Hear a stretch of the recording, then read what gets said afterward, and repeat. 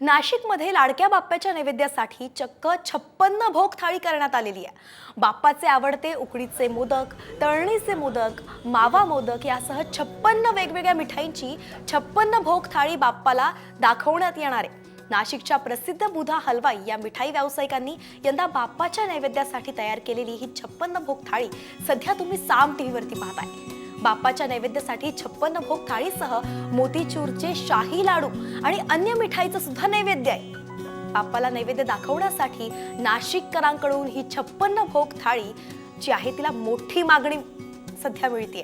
ही 56 भोग थाळी नेमकी कशी आहे ते आपण पाहूयात।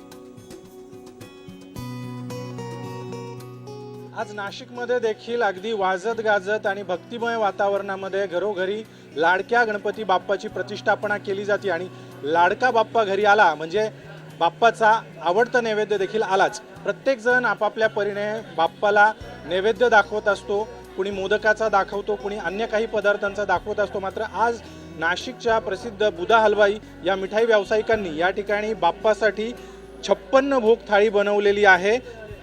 या दृश्यांमध्ये आपण ही थाळी बघतोय की अगदी 56 प्रकारच्या वेगवेगळ्या मिठाई या ठिकाणी या थाळीमध्ये ठेवण्यात आलेल्या आहेत। अगदी मोदकाचे देखील 5 ते 6 वेगवेगळे प्रकार आहेत। त्यासोबतच पेढे असतील, अन्य मोतीचूर लाडू असतील आणि हे मिठाईचे सगळे प्रकार, अशा एकूण 56 मिठाईंची ही 56 भोग थाळी खास बाप्पासाठी या ठिकाणी तयार करण्यात आलेली आहे।